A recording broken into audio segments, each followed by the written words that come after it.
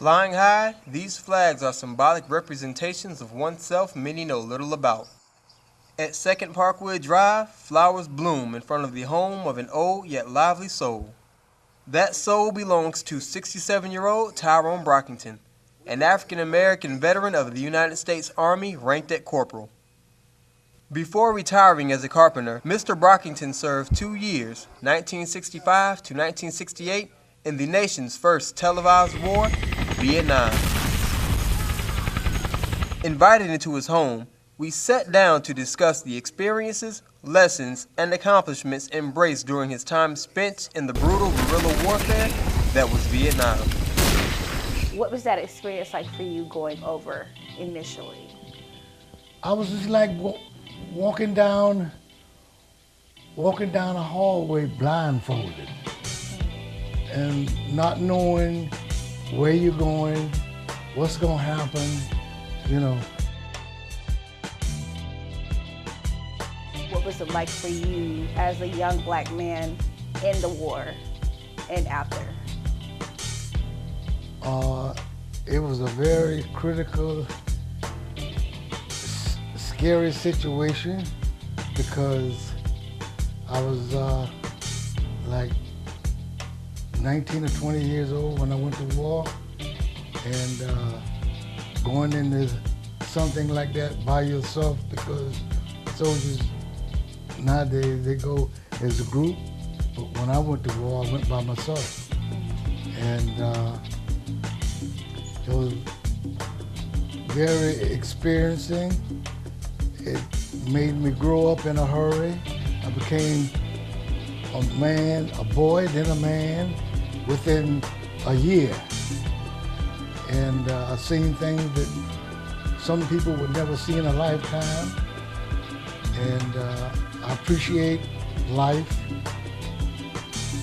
living, and I know how hard it is for us veterans to sacrifice and give up a lot of things that, you know, a lot of people don't know about. My most important achievement was being able to follow instructions. And once you learn how to follow instructions and use common sense, you're on your way.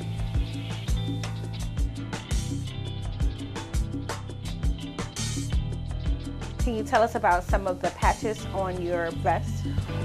Oh, this is my war vest. It has patches from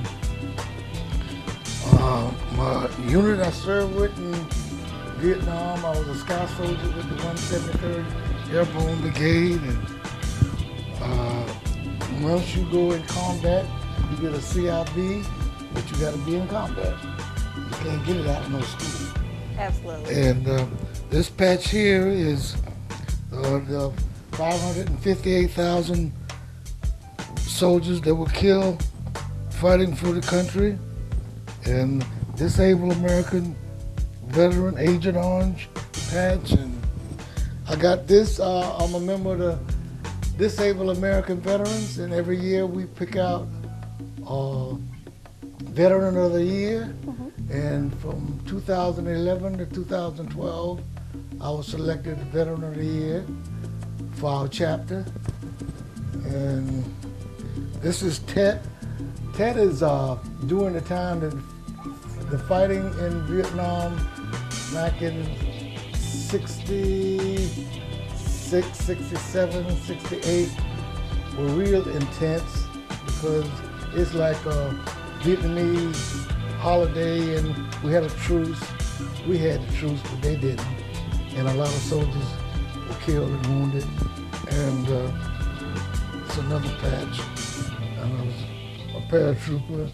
And this one here is the 50th anniversary of Vietnam. Since, you know, I thought it was, I was stuck at 40 years, but it's 50 years now. Oh, nice. Yeah, so, and when I'm in parades and stuff like that, the guys usually wear them. what was it like being a paratrooper? What was your initial response when you saw, or what made you feel like that's what I want to do? When I went to Fort Leonard Wood engineering school for demolition, after I finished school, I was coming back through Louisville, Kentucky, and I saw these guys in the bus station. And they had the khaki suit on with the jump boots and the cunt cap and the ropes and the wings and everything was tapered and they looked so cool. I said, I want to be one of them. So when I went to my Fort Gordon, I told them I wanted to go to jump school, and went to jump school, and I got to be a paratrooper. And from jump school, they sent me to the 82nd Airborne Division. And there I went through Ranger training, Pathfinder school, Recondo, and after all that training, I was ready to go to Vietnam. A lot of guys didn't have that opportunity. They went from from boot camp straight to Vietnam. I had a few buddies that did that. They're out here now. You know, they got killed in the war over there. And one from right here. The first guy that got killed in the war, when we were good friends, his name was Bonnet Jenkins. And I wear his name on the back of his shirt. And, but I was able to get extensive training before I went over there, and maybe that would help me came back home.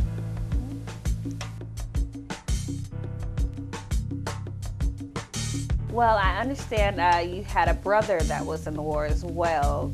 What was that like for you, knowing that your brother would be fighting the same fight that you would be fighting? You know, back in the day, back in in 1967, they had a law, Congress passed a bill that it was called the Sullivan's Law, where family members couldn't be in a combat zone at the same time. And he came over. I don't know how that happened, but his company commander sent my company commander a letter, and I was getting out of the hospital anyhow because I had malaria, and I asked could I go see him because I hadn't seen him in about 5 years, and by him coming in country, it was a possibility I might not get to see him at all. So they let me go see him. He was up north in Da Nang. He was with the 1st Marine Division. And I went to see him, and we reminisced and partied at China Beach, and we had a good time, but I hated to leave him.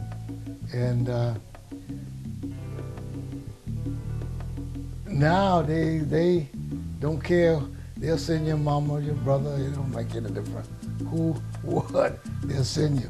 But you know, as if you RA means a volunteer, U.S. drafted, you know. But still, to me, I don't think they should send them, you know, family members over at the same time. But that's how it works nowadays. Absolutely. And because of previous, what can you sum up for us that meaning for you as a person from all of that experience? Well, what I got out of it, from the beginning to the end, freedom is not free.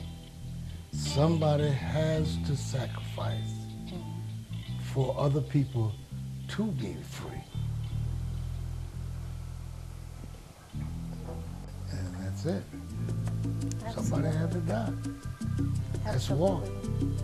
Tyrone Brockington, one of the many African-American heroes still amongst us. He traveled the trenches of war a boy and arose a man who soars in life, being a symbolic representation of service and triumph. We thank and appreciate you for your valor, sacrifice, and duty.